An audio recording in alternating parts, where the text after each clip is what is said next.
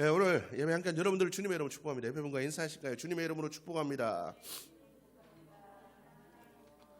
네, 이 시간 또 하나님께서 은혜 주시는, 그래서 말씀의 능력으로 충만해지시는 복된 시간 되기를 주의 이름으로 축복합니다. 우리 지난주 말씀 혹시 기억하십니까? 우리가 뭘 보느냐, 우리가 무엇을 보고 살아가느냐 중요하다. 우리가 봐야 될 것, 보지 말아야 될 것, 우리가 가려야 될 줄로 믿습니다. 보는 것이 중요합니다. 우리가 무엇을 보느냐에 따라 우리의 삶은 달라지게 될 줄로 믿습니다. 영적인 것을 보고 살면 영적인 사람이 됩니다. 그런데 세상의 것을 보고 살면 세상의 사람이 될 수밖에 없다라는 거죠. 그래서 보는 것이 굉장히 중요합니다. 그래서 지난주 우리 청년들 얘기할 때 봐야 될 것, 안 봐야 될 것, 왜 구분하는 게 중요하냐? 여러분들 보는 만큼 죄 짓습니다. 사람들이 그래요. 모르는 건 죄를 못 지어요. 보는 것만큼 죄를 짓는다라는 거죠. 그래서 굉장히 중요합니다. 여러분 보면 어떻습니까? 우리 여기 청년들도 있지만 포르노 같은 걸 많이 봅니다. 보면 어때요? 마음이 동합니다. 마음이 동하면 어떻게 될까요? 죄를 저지르기 쉽습니다. 그래서 우리는 어떤 걸 봐야 될까요? 영적인 것들, 말씀을 가까이 하고 하나님께서 주신 것들, 비전을 바라보고 하늘의 것들을 사모하며 살아가는 자들이 되어야 될 줄로 믿습니다. 하나의 예수가 있죠. 무엇을 보느냐가 중요하다라는 겁니다. 여러분 꿈과 비전을 향해 나가는 사람들, 그 사람들은 성공의 길을 걷습니다. 그러나 현실을 바라보는 사람들은 현실에 안주하게 된다라는 거죠. 성공하는 사람과 성공하지 못하는 사람의 차이도 무엇을 바라보는가에 있다라는 거죠. 그렇다면 그리스도인은 무엇을 바라봐야 되겠습니까? 우리는 하늘을 바라보는 자, 하나님께 주신 약속을 바라보는 자, 그것이 우리 그리스도인들이 되어야 될 줄로 믿습니다. 오늘 여러분과 나눌 말씀은 확신하는가라는 제목으로 말씀을 나누었으면 좋겠습니다.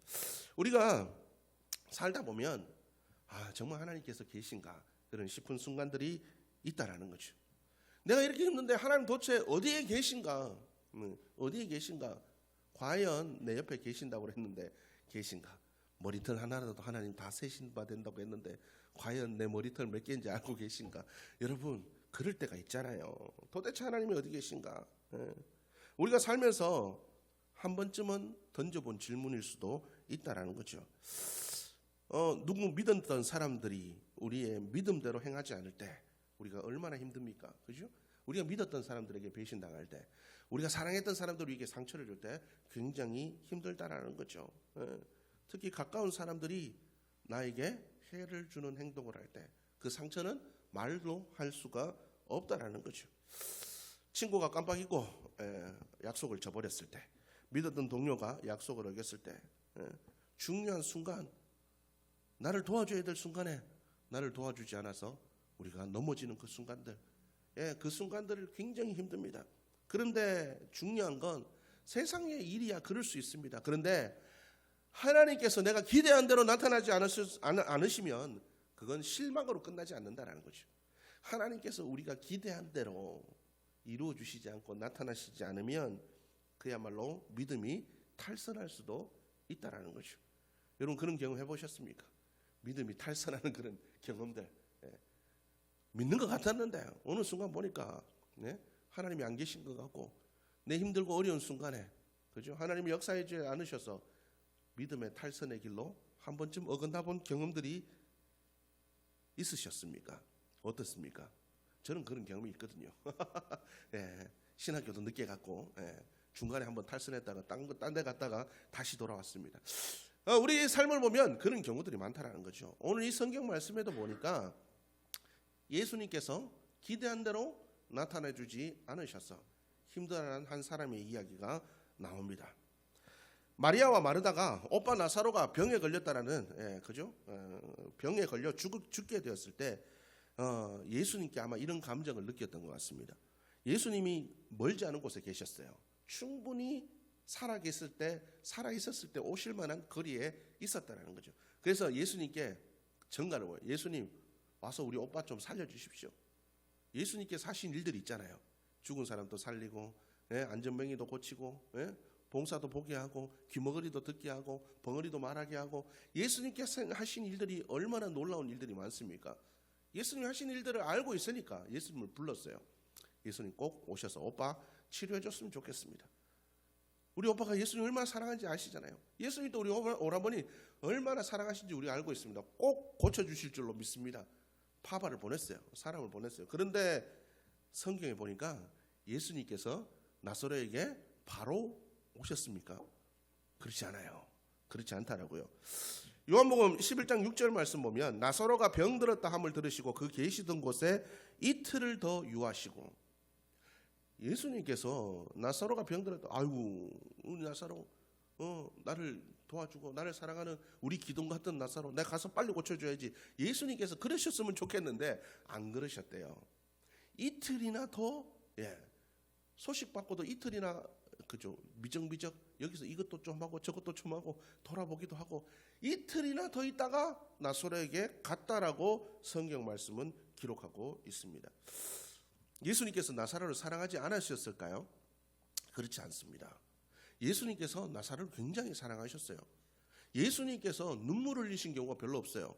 망해가는 예루살렘을 바라보면서 예루살렘아 예루살렘, 하나님이 너를 암탉이 병아리를 품듯이 너를 품으려고 한 지가 얼마나 많이 됐는데 네가 아직도 거부하고 있냐, 예루살렘을 보면서 우셨습니다.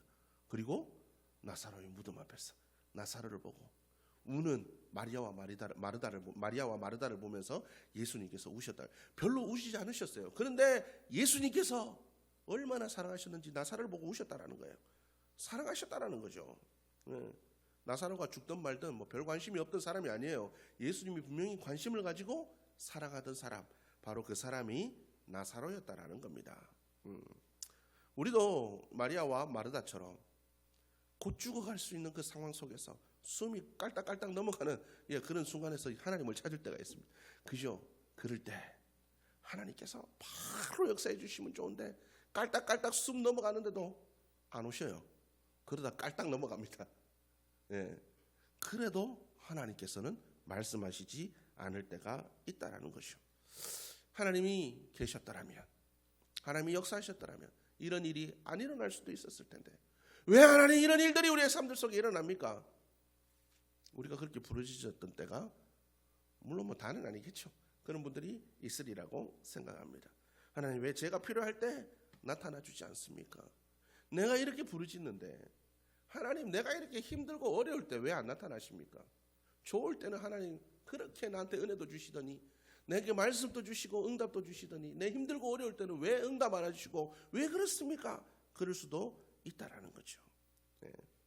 그런데 예수님께서는 마리아와 마르다의 그 고통 속에서 오라비 나사로의 그 죽음 앞에서 예수님께서는 세 가지 일을 행해 주셨습니다.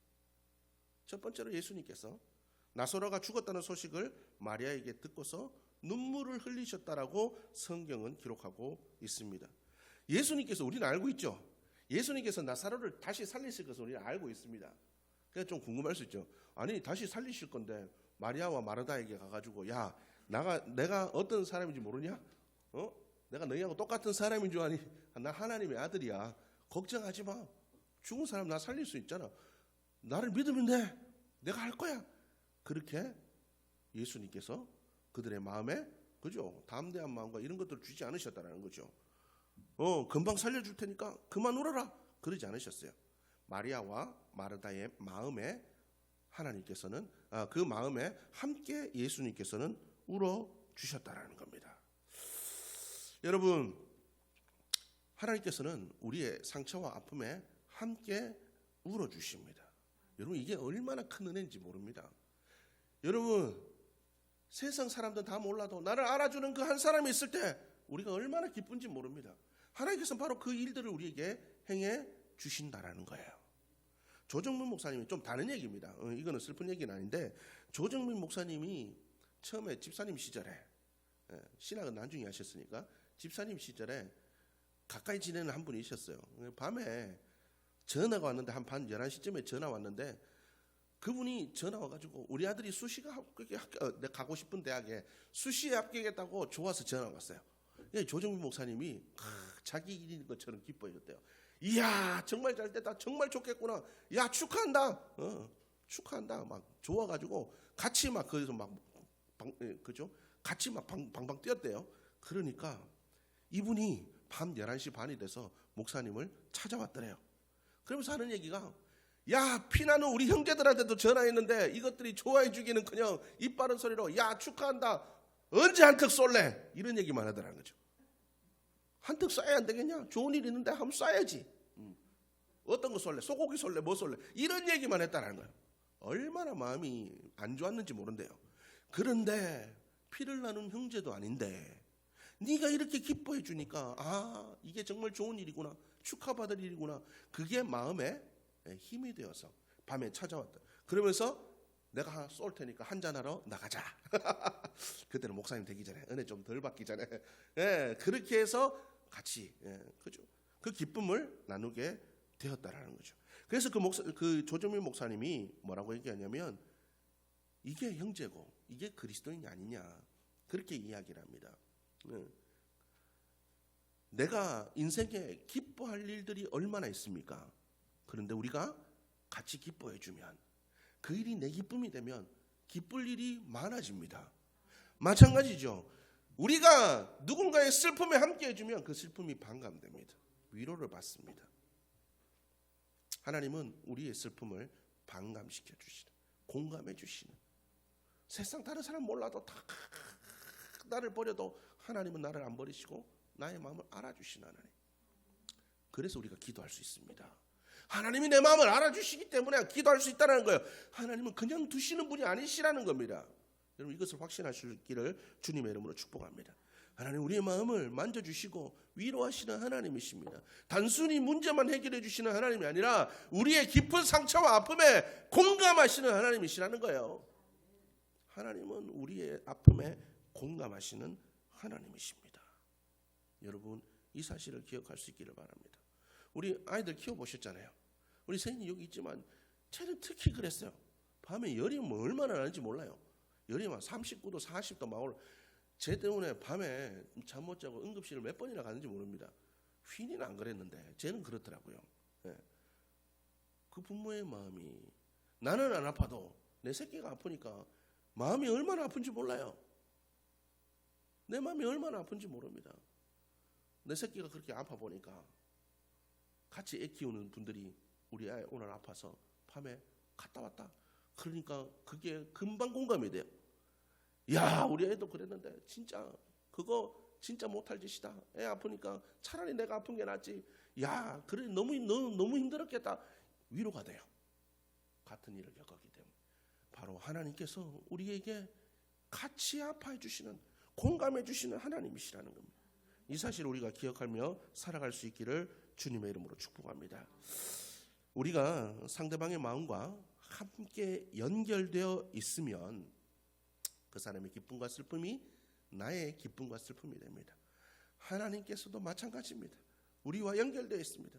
그리스도 안에서 하나님과 우리가 하나 되어 있습니다. 내가 아플 때 하나님도 아프십니다. 여러분, 나만 아픈 게 아니에요. 하나님도 아파하세요. 내가 울 때 하나님도 우십니다. 내가 고통당할 때, 내가 힘들할 때 하나님도 힘드세요. 그걸 못 두고 보셔서 예수 그리스도를 이 땅에 보내신 것 아닙니까?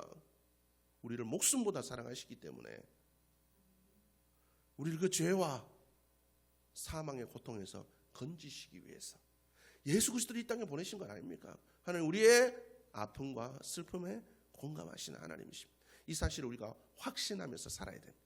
두 번째로, 우리는 하나님께서 우리를 구원하시는 하나님이신 줄로 믿어야 될 줄로 믿습니다. 예수님께서 나사로에 병들었다는 얘기를 듣고 사람들이 얘기합니다. 나사로가 죽을 병이 아니다.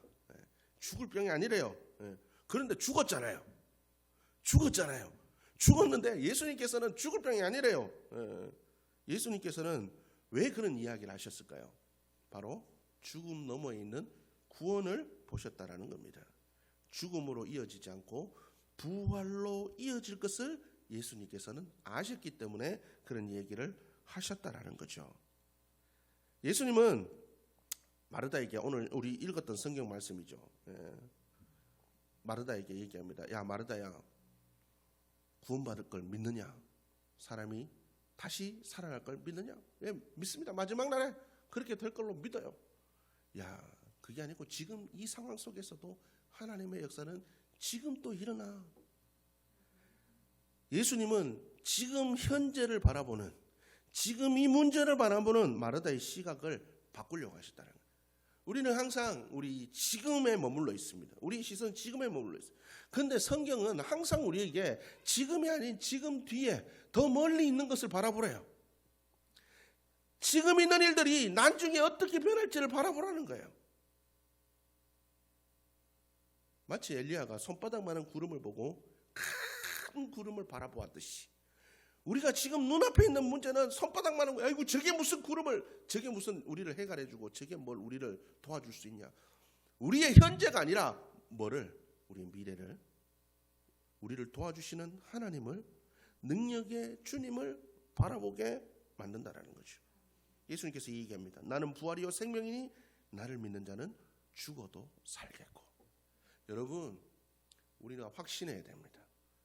하나님께서 우리의 삶의 역사하심을, 하나님께서 우리의 모든 것을 협력하여 선을 이루심을 우리가 믿는 자들이 되어야 된다는 거죠. 우리가 이것을 믿음으로 살아갈 수 있는 자들이 되어야 될 줄로 믿습니다. 하나님께서 우리를 사랑하고 계시다는 것, 그 증거가 있잖아요. 예수 그리스도의 십자가가 증거지 않습니까? 우리가 이것을 믿는다면 하나님께서 지금의 우리의 고통을 그냥 버려두시는 분이 아니라는 거죠. 이걸 누군가에게 사용하시든지, 내 고통이 누군가의 위로가 되든지, 내 고통을 통해서 하나님의 영광을 드러내든지, 내 고통을 통하여서 하나님의 어떤 선한 역사가 또 이루어지든지, 하나님께서 모든 걸 계획하고 준비하고 기획하고 계시다는 거예요. 우리가 이걸 확신하는 자들이 되어야 된다는 겁니다. 하나님은 우리의 상처와 아픔까지도 사용하시는 하나님이십니다. 긴쓰기라는 게 있어요. 긴쓰기. 그릇에 깨진 걸 고쳐서 더 좋게 만드는 것을 뜻합니다. 오늘 세인이 한번 보여줄래요? 네. 여기 그릇 깨졌죠. 깨지는데 보면 중간에 이렇게 금이가 있는 부분들을 연결한 겁니다. 저 가운데 있는 부분이 연결하고 금을 입힌 거예요. 그래서 요게 금색으로 다른 색깔 되어 있는 거는 다 이어 붙인 것들입니다. 요게 뭐냐면, 이 긴쓰기라는 것은 도자기에 깨진 부분을 붙이고 이음에 칠을 하고 금박을 입히는 거예요. 그래서 이게 더 좋은 작품으로 만들어내는 것을 긴쓰기라고 합니다. 그래서 이게 긴쓰기가 잘된 그죠? 그런 물건들은 새 물건, 깨지지 않았을 때보다 더 높은 가치를 부여해 주기도 한다라는 거죠. 깨진 물건이 버려지지 않고 새롭게 태어나는 것, 이걸 긴쓰기라고 합니다. 하나님께서도 바로 우리의 깨진 것들을 이와 같이 이어붙이기를 원합니다. 그래서 우리의 깨진 삶이 더 하나님의 영광을 드러내기에 합당하게 만든다는 거예요. 하나님께서는 우리의 삶을 그냥 내버려 두시지 않아요. 깨어지는 것도 이유가 있습니다. 하나님께서 더 잘 사용하기 위해서, 하나님의 영광을 더 잘 드러내게 하기 위해서 하나님께서는 우리의 삶을 사용하시는 하나님이시라는 겁니다. 하나님의 그 약속하심을, 하나님의 선하심을 우리가 믿을 수 있는 우리 모두의 모습이 되어야 될 줄로 믿습니다. 하나님 우리를 내버려 두시는 분이 하나예요. 우리를 공감하실 뿐만 아니라 우리를 구원하시는 하나님이십니다. 우리를 회복하시는 하나님이십니다. 죽은 나사로를 살리신 하나님이 우리의 깨어지고 죽었던 마음들을 회복시키시고 살리시는 하나님이신 줄로 믿으시기를 바랍니다. 2020년에 다니엘 기도회 때 지현호 선교사님이라는 분이 나오셨어요. 지현호 선, 혹시 기억하실지 모르겠지만 지난주 것도 기억 못하는데 하여튼간에 지현호 선교사님이라는 분이 있어요.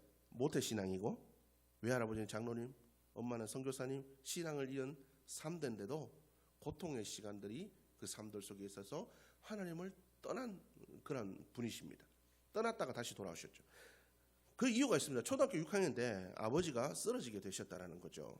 아버지가 경찰관이 있는데 아버지를 너무 좋아했대요. 그런데 아버지가 간이 안 좋아서 쓰러지셨대요. 그래서 병원에 갔더니 간에 대한 것만 치료하고 퇴원했대요. 근데 그게 오진이었다라는 거죠. 오진이어서 나중에 가보니까 뇌종양이었던 거죠. 그래서 처음에 갔을 때 제대로 진료했으면 살 수 있었는데 아버지가 40일 동안 있다가 그죠, 돌아가셨습니다. 엄마하고 40일 작정 기도를 했는데 하나님께서 들어주시지 않으셨다는 거죠. 그리고 2년 뒤에 엄마가 신문을 읽더니 어머니가 감동을 받으셨대요. 문명의 그리스도인이 생명부지의 사람에게 신장을 기증했대요. 그래서 그 어머님이 나도 누군가를 살릴 수 있다면 신장을 기증하면 좋겠다 이렇게 얘기를 했대요. 그런데 그 기회가 부지불식간에 다가왔습니다. 그 어머니가 8남매인데 큰 오빠, 어머니가 막내였대요. 큰 오빠가 신장 이식 수술을 받지 않으면 죽을 수밖에 없는 그런 상황이 다가왔대요. 서울대 법대 출신의 굉장히 똑똑한 분인데 그 삶을 꽃피우지 못하고 죽는 게 엄마가 안타까웠어. 그리고 그 오빠가 예수를 안 믿었대요. 그래서 이 오빠를 예수 믿게 하려고 신장을 나눠줬대요. 이걸 어린 마음에 못 받아들였대요. 뭐 엄마가, 형제도 그렇게 많은데 우리는 엄마밖에 없는데, 다 있는데 엄마 아빠 다 있고 우리는 엄마밖에 없는데 왜 엄마가 줘야 되냐. 일주일 동안 술을 마시면서 땡깡을 피웠대요. 그런데도 엄마가 네가 나중에 하나님의 마음을 알게 되면 나를 이해할 거다, 그렇게 신장을 주셨대요. 그 신장 수술을 마치고 온 엄마를 보니까 한 20년은 더 늙어 보이더래요. 한 60대 할머니처럼 보이더래요. 엄마가 이렇게 꼬꾸라져 지팡이 짚고 오는데 그렇게 그게 마음이 아프더래요. 아니 왜 우리 가정이 이래야 되냐, 그렇게 그죠? 그렇게 원망을 했대요. 그러고 나서 여기서 끝났으면 좋겠는데 동생이 하나 있었대요. 자기가 대학에 가서 나라도 우리 가정을 좀 세워야 되겠다. 대학을 공부해서 가서 좀 좋은 대학을 가서 과외를 했는데 300만 원이나 벌었대요. 그래서 엄마에게 270만 원 주고 동생에게 10만 원 주고 나 20만 원 갖고 쓰면서 동생에게 야 어디 가서 일하는 것보다 좋은 대학 가서 과외하니까 훨씬 돈 벌기 쉽다. 너도 좀 더 좋은 대학 갔으면 좋겠다. 동생이 거기서 자극을 받아서 훨씬 더 좋은 대학을 갔대요. 그런데 문제는 이 동생이 OT에 갔는데 술을 마시고 도로에 누운 거예요. 근데 지나가는 차가 그냥 밟고 지나가 버린 거예요. 그냥 밟고 지나가 버렸어요. 병원을 갔더니 의사 선생님이 하는 얘기가 가망이 없다. 장기 기증을 하면 어떻겠냐. 이런 얘기들을 하게 되었다라는 거죠. 이런 일이 있고 나서 그 일이 있고 난 후에 완전히 망가졌답니다. 알코올 중독으로 날마다 술 마시고 자기 인생을 내려놓고 그렇게 살아가게 되었다라고 합니다. 그런데 자기를 다시 한번 회복시킨 사건이 있었대요. 그게 뭐냐면 다니고 있는 교회가 굉장히 큰 교회였는데 엄마가 너 엄마 죽는 꼴 보고 싶지 않거든. 성경 공부 한 번만 받아라. 1:1 성경 공부. 그래가지고 이 선교사님이 내가 무슨 성경 공부를 하냐. 내가 예수 믿기 꼴보기 싫어가지고 교회도 꼴보기 싫어가 나가지도 않는데 내가 뭘 엄마가 나 죽는 꼴 보려거든. 그렇게 해라. 엄마가 죽는다니까. 남은 가족이라고는 엄마밖에 없는데 어떻게 할 수 없어서 아유 가가지고 깽판 한번 치면 그냥 오면 되겠지. 다 나를 아는데 누가 나를 가르치려고 하겠냐. 왜냐하면 술 마시고 교회 가가지고 칼 들고 가가지고 막 칼 들고 휘두르고 막 술 먹고 막 온몸에서 그죠? 알코올 중독이신 분들은 보면 알겠지만 이게 뭐 깨끗하지가 않아요. 그래 가가지고 냄새도 나고 아무도 성경 공부를 안 한대요. 아무도 성경 공부를 안 한대요. 그런데 그 교회 협동 목사님 한 분이 새벽 기도를 갔다가 이 지현호 선교사님에게 내가 저분을 맡아서 해야 되겠다. 감동이 와서 내가 하겠다고 자원을 했대요. 야 아무도 없을 줄 아는데 누가 나를 저렇게 또 한다는 분이 있네. 가가지고 깽판 한번 부려야 되겠다. 깨꼬장 한번 부려가지고 다시는 나를 못 건드리도록 해야 되겠다. 그런데 가가지고 갔는데 이 목사님이 선교사님을 보자마자 달려가가지고 확 끌어안았대요. 이 양반이 미쳤나? 남자가 내가 남자하고 이렇게 안을 그것도 아닌데 아무리 밀어도 안 떨어지시더래요. 농개가 외장을 가락지 끼고 안 풀리게 이렇게 한 것처럼 아무리 떼어내려고 안 떼어지시더래요. 그러면서 이분이 하는 얘기가 하나님 이 형제의 마음을 치료하여 주옵소서. 이 아프고 상한 마음 하나님 위로하여 주옵소서. 늘 듣던 말이잖아요. 그래, 그럴 줄 알았다. 이런 얘기 나올 줄 알았지. 그런데 그 다음 말에 마음이 녹아내렸대요. 하나님, 이 청년의 마음이 회복될 수 있다면 내 생명도 아끼지 않고 내놓겠습니다. 하나님, 내가 죽으라면 죽겠습니다. 이 청년 살려주십시오. 자기의 생명을 걸고 기도하는 그 목사님의 마음이 열리기 시작했대요. 그래서 다시 술도 끊고 성경 공부 시작하고 은혜 받고 선교사님의 길을 가게 되었다라고 합니다. 그런데 그분이 그죠? 그분이 이렇게 하고 있다가 캐나다의 선교사님으로 가게 됐대요. 캐나다의 선교사님으로 가게 되셨는데 캐나다에서 선교사님을 나갔는데 그때도 이제 성격이 완전히 죽진 않았대요. 밴쿠버에서 토요일마다 위로 예배를 드리는 과정이 있었는데 20살 된 청년이 교통사고로 말도 못하고 반신불수가 된 청년이 있어요. 그 청년을 보니까 자기 동생이 또 생각이 나더래요. 그래서 사고 낸 사람을 욕을 하고 예, 하나님 살아계시다면 하나님 믿는 자 이렇게 되는 게 말이 됩니까? 막 또 열이 나가지고 막 이렇게 막 블라블라 이렇게 하고 있는데 하나님께서 들어본 적이 없는 세상 들어볼 수 없는 따뜻한 목소리로 선교사님에게 이렇게 얘기했답니다. 야, 너 왜 그렇게 화났니? 너 왜 이렇게 화가 났니?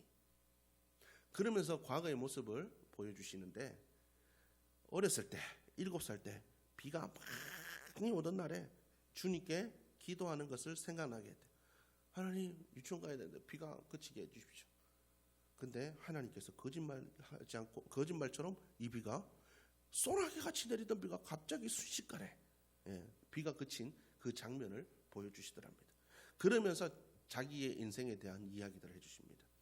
야, 내가 너 아버지 생명을 더 늘려주지 않았니? 물론 너네 아버지 천국에 갔지만 나만 찬양하다가 천국 갔는데 뭐가 부족하냐?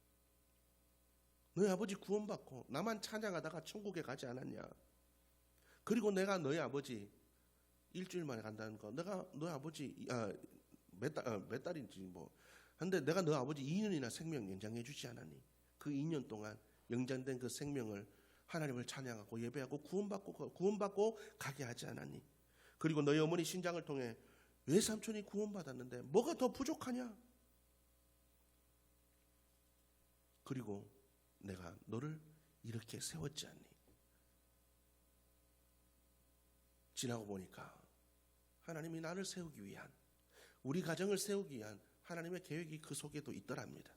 그 고통과 아픔 속에서도 하나님이 우리 가정을 세우고 나를 세우기 위한 하나님의 계획이 그 속에 있더랍니다. 그래서 그 자리에 무릎 꿇고 펑펑 울고 기도했다고 합니다. 그리고 자기의 지나온 삶을 회개했다고 합니다. 물론 모든 것들이 다 동일하지 않을 수도 있습니다. 그러나 여러분, 하나님은 우리의 삶에 개입하시고 역사하시는 하나님이십니다. 우리를 향한 선한 계획을 갖고 계시는 하나님이십니다. 우리를 구원하시는 하나님이시라는 걸 우리가 기억할 수 있는 여러분들의 모습이 되었으면 좋겠습니다. 여러분, 주님께서 마지막으로 이야기하십니다. 나사로야, 나오라. 여러분, 우리의 삶들 속에 일어나는 그 많은 문제들, 분노할 수밖에 없는 그 상황들, 나만 그런 게 아니에요. 예수님께서도 아파하시고 우리와 똑같이 분을 내어주시는 하나님이십니다. 예수님께서 나사로의 무덤으로 걸어갈 때 비통해 하셨다라고 성경 기록하고 있습니다. 여기서 비통에 해당하는 헬라어는 단순히 슬프다, 그죠? 비통이라는 게 그죠? 슬플 비자에 아플 통자잖아요. 아프고 그러니까 슬프고 아프다 이런 얘기인데 여기는 뭐 슬프다라는 단어보다 분노에 가까운 단어입니다. 분노. 그냥 분노가 아니라 사랑하는 사람이 누군가에게 상처를 입거나 협박을 당했을 때 어떻습니까? 누군가 내 새끼 욕할 때 속에서 뭐가 올라옵니까? 뭐가 이렇게 올라오죠. 누군가 내 사랑하는 사람에게 해코지 하려고 그럴 때 뭐가 올라오잖아요. 하나님께서 우리를 향해 그 마음을 갖고 계시다는 거예요. 예수님께서 나사로를 죽이게 한 그 죽음의 권세에 대해서 분노하셨대요. 하나님은 우리만큼 우리를 위해서 분노하시고 싸우시는 하나님이십니다. 이 사실을 기억할 수 있기를 주의 이름으로 축복합니다. 하나님께서 우리의 상처와 아픔들을 그냥 내버려 두시지 않습니다. 여러분, 이 주님을 확신하며 살아갈 수 있기를 주의 이름으로 축복합니다. 우리의 상처와 아픔에 공감하시는 하나님, 우리를 구원하시는 하나님, 우리를 위해서 싸우시는 하나님, 우리의 문제와 고통과 아픔을, 분노를 가지고 그 세상의 문제와 싸우시는 하나님이시라는 것, 사랑하는 사람들이 아파하는 것들을 그냥 내버려 두신 것이 아니라 분노함으로, 어떻게 너희가 내 새끼를 건드리냐, 그 하나님의 마음이 여러분들을 향해 있다는 것 잊지 않으셨으면 좋겠습니다. 이것을 확신하며 살아갈 수 있는 이번 한 주간이 되었으면 좋겠습니다. 이것을 확신할 때 우리는 두려움에서 한 발자국 더 멀어지는 삶이 될 줄로 믿습니다.